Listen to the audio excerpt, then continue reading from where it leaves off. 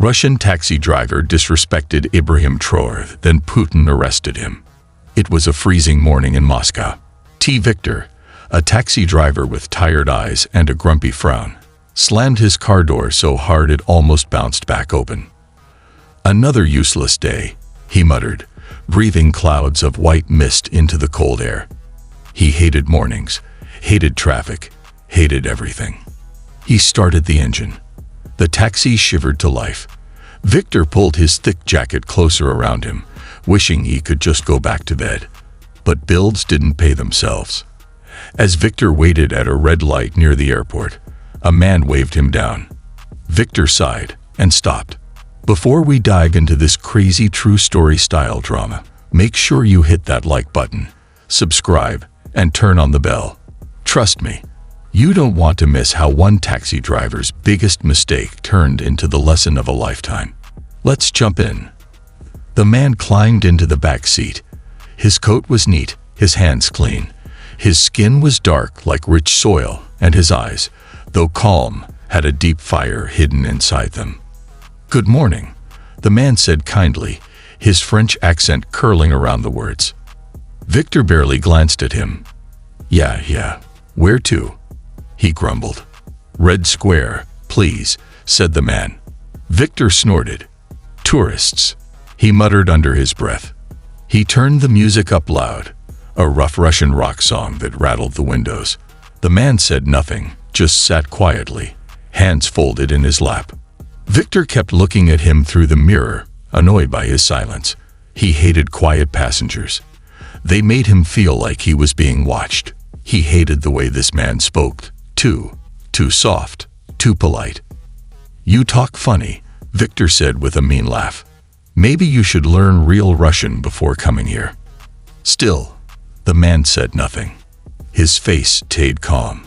His eyes, though, narrowed just a little, like a cat waiting for the right moment. Victor didn't notice. He was too busy enjoying himself. "Where you from anyway?" "Africa." Victor chuckled, mocking the way the man had said "please" a minute ago. "Bet you've never even seen snow before," Victor added. He laughed alone in the front seat, tapping the steering wheel to the beat of his ugly music. The car slid through the busy streets. Moscow buzzed with its usual noise. Cars honking, buses rumbling, people rushing in thick coats.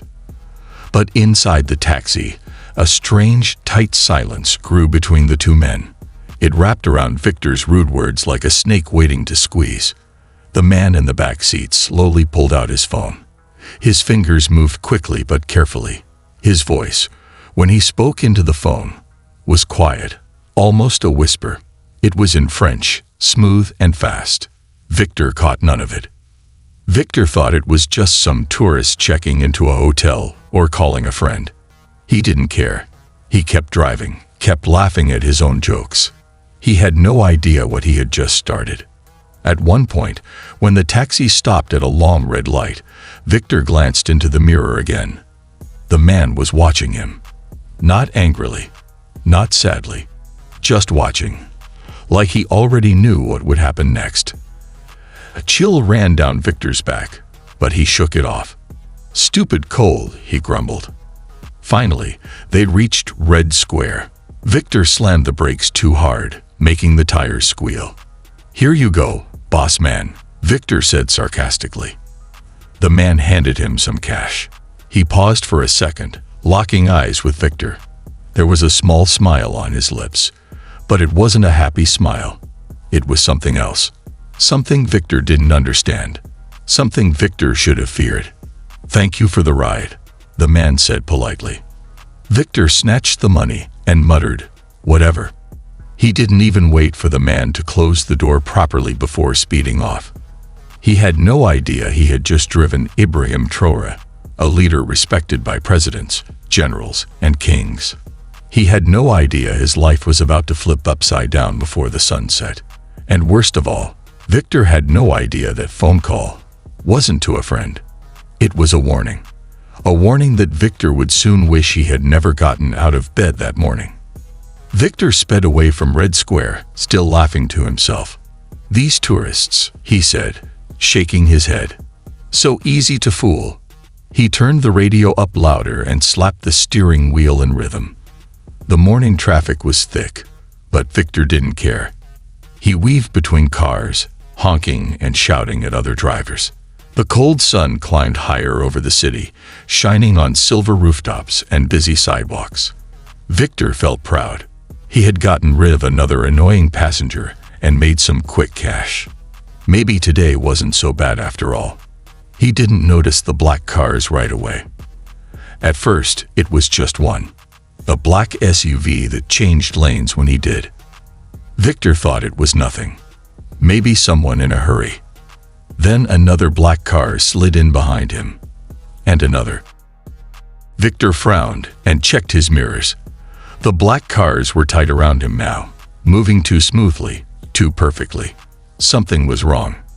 The street ahead was clear, but when Victor tried to speed up, the first black SUV pulled in front of him and slowed down. Behind him, another blocked his path. Victor's stomach twisted. He turned sharply onto a side street. The tires squealed. The black cars followed like shadows, fast and silent. "What's going on?" Victor whispered, his voice shaking for the first time that day. Then, out of nowhere, flashing red and blue lights lit up the street. More black cars. Big men in dark suits jumped out. Their faces were like stone. One of them spoke into a radio clipped to his jacket. Victor's heart hammered in his chest. Sweat broke out on his forehead, even though the inside of the car was freezing. He yanked the wheel, trying to make a wild turn and escape, but a black car slammed sideways into his front bumper. The taxi jerked and spun, tires screaming against the frozen road. Victor tried to back up, but two more black SUVs boxed him in, bumping him from behind. He was trapped, caged like an animal. And then he heard it. A helicopter. It swooped low over the buildings, its blades chopping the air like an angry giant. It hovered above Victor's taxi, kicking up loose snow and dirt, blinding him for a moment. Inside the cab, Victor sat frozen. His hands clutched the steering wheel so hard his knuckles turned white. His mouth was dry. His brain screamed at him to move, to run, but his legs felt heavy and useless. The men in suits approached slowly, surrounding the taxi. Their faces showed no fear, no anger, only cold purpose. They pointed at him, gave short commands Victor couldn't hear over the roar of the helicopter. Victor's whole body shook. He thought about making a run for it, opening the door and bolting down the street, but even he knew it would be useless. These weren't regular cops. These were something much worse. Victor realized something terrible then, something that made his blood turn to ice. He hadn't just insulted a random tourist. He had insulted someone important, someone powerful, someone who could make entire armies move with just one phone call. Victor remembered the strange calm in the man's eyes, the quiet phone call in the back seat, the way he had smiled at him, not with anger, but with cold pity. And now Victor understood. He wasn't the hunter anymore. He was the prey. A fist pounded on the taxi window. Victor jumped so hard he almost bit his tongue. He turned and saw a man in a black coat holding up a badge he didn't recognize. The door was yanked open. Rough hands grabbed Victor by the jacket and pulled him out into the freezing air. The ground was hard and cold against his knees as they forced him down. Above him, the helicopter roared. All around him, black boots stamped the snow. Someone shouted an order. Victor squeezed his eyes shut. In that moment he knew. His day had just gone from bad to a nightmare he couldn't escape.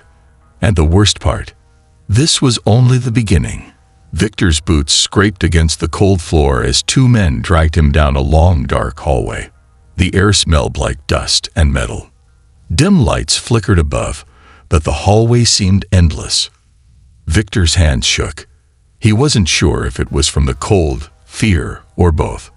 He tried to ask where they were taking him, but no one answered. The men in black suits were like robots, silent. strong, unbreakable. Finally, they stopped at a heavy metal door. One of the men punched a code into a keypad.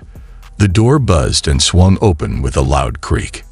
Inside was a small room, dark and empty, except for one chair in the middle and a bright, blinding light hanging from the ceiling. The men shoved Victor inside. He stumbled and fell to his knees. The door slammed shut behind him with a bang that echoed through the room. For a moment, Victor sat there, too scared to move. The light above him burned into his eyes, making everything around it look like endless black walls. His breath came in short, sharp gasps. His heart thudded so loud, he thought the whole building could hear it. Then, footsteps. Slow, heavy, careful. Someone was coming. Victor squinted into the darkness. He could see the outline of a tall man walking toward him. The man stepped into the light. Victor's heart almost stopped. It was Vladimir Putin himself. His face was calm, carved from stone. His cold eyes locked onto Victor like a wolf spotting a wounded deer. He didn't say a word. He just stared. Victor felt the weight of that stare press down on him harder than any hand ever could. He wanted to crawl into a hole and disappear. The silence stretched on and on. It was louder than shouting, heavier than any punch. Victor opened his mouth, but no sound came out. His tongue felt thick and useless. He wanted to scream. He wanted to run. But all he could do was sit there and shake.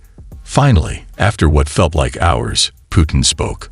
His voice was low, slow, and heavy with meaning. "You disrespected a friend of Russia," he said. Each word hit Victor like a hammer. A friend of Russia. He remembered the man in the backseat. Calm, quiet, powerful. Ibrahim Traore. Victor's body sagged. His mind raced. He had mocked a leader, a man important enough to make presidents move, a man respected by people like Putin. And now he was paying the price. I didn't know," Victor stammered. His voice cracked like thin ice. "I didn't mean anything. I was just joking. Please. I'm sorry." Putin didn't blink. He didn't move. He just stared, as if Victor's words didn't matter at all. Victor fell to the ground, clutching Putin's boots. Tears spilled from his eyes, hot against his frozen skin. "Please. Have mercy. I didn't know who he was. I'll do anything. Please, don't hurt me." For a long moment, there was no answer. Only the sound of Victor's sobs filling the cold room. Then, finally, Putin bent down, his face inches from Victor's. "Respect," he said, his voice so soft it was almost a whisper, "is not given because of power. It is given because it is right." Victor nodded frantically, tears dripping onto the floor. Yes, I understand. Please, forgive me." Putin stood up straight again. The light swung slightly above them, making the shadows dance on the walls. For a terrible second, Victor thought this was the end. That any moment now, they would drag him away and he would never see the sun again. He closed his eyes, bracing for it. But then, footsteps. Someone else was coming. The door opened with a low groan. Victor peeked up, blinking through his tears. A figure walked into the room, tall, proud, calm. It was Ibrahim Traore. And he was smiling. Not cruelly, not angrily, but warmly, like a father looking at a foolish child who needed to be taught, not punished. Victor's heart pounded again, but this time, it was different. Something was about to change. He didn't know what yet, but he could feel it deep in his bones. Victor sat frozen on the cold floor, sure this was the end of his life as he knew it. He would be thrown into a dark prison where no one would ever find him. He would vanish like a snowflake in a storm. His mind raced with every terrible thought. Prison, punishment, disgrace. This was the price of a few stupid jokes. This was the price of pride. But then, something strange happened. The door opened again. Victor looked up through his tears. It was Ibrahim Traore. But he wasn't angry. He wasn't cold. He was smiling. A real smile, soft and kind. Ibrahim stepped into the center of the room, the bright light shining on him like he was the only real thing in the world. He looked at Victor with eyes full of something Victor hadn't seen in a long time. Not hatred, not anger, but understanding. The room was silent as Ibrahim spoke. "Let him go," he said, his voice calm and strong. "He needs to learn kindness, not fear." Victor blinked. He thought he had heard wrong. Let him go. No shouting. No punishment. He looked at Putin, terrified to move, terrified to hope. Putin's face was unreadable. A long moment passed. The room felt like it had no air in it. Then Putin nodded slowly. "Very well," he said. Victor's whole body sagged with relief. He collapsed onto the floor, gasping like he had just been pulled out of deep water. But then Putin spoke again. "He will not leave without a promise."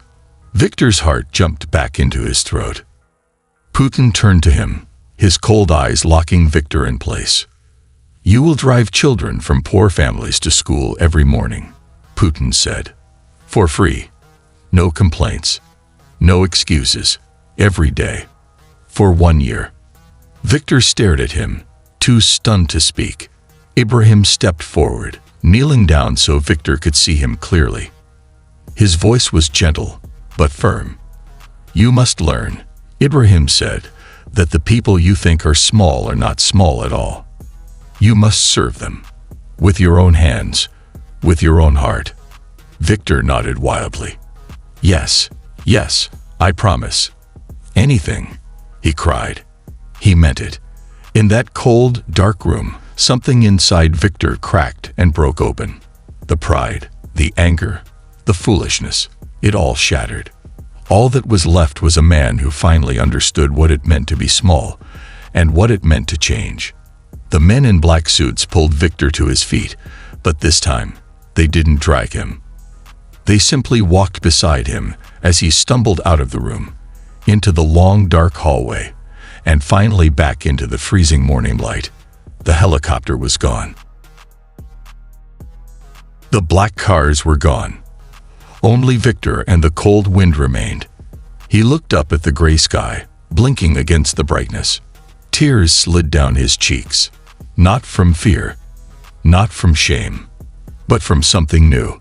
Something heavy, but good. He made his way back to his battered taxi, still parked crooked on the side of the street. He sat behind the wheel for a long time, staring at his own reflection in the mirror. He didn't recognize the man he saw. The old Victor, the angry, rude, bitter man, was gone. In his place was someone quieter. Someone who knew the weight of a simple act. Someone who understood that even a smile, even a soft word, even a little kindness, could change everything. The next morning, Victor drove to a small neighborhood on the far edge of the city. Children waited at the corner, shivering in old coats. Their shoes were too thin for the snow. Their eyes were wide and hopeful. Victor opened the taxi door and smiled. "Come on in," he said gently. The children piled in, laughing and chattering. As Victor drove them toward school, he felt something warm inside his chest, something he hadn't felt in years. And he knew, without a doubt, this was the best ride he would ever give. If this story made you feel something, if it shocked you, moved you, or even gave you hope, smash that like button. Drop a comment below and share it with someone who needs a reminder that kindness can change everything. And don't forget to subscribe for more powerful stories like this one. See you in the next video.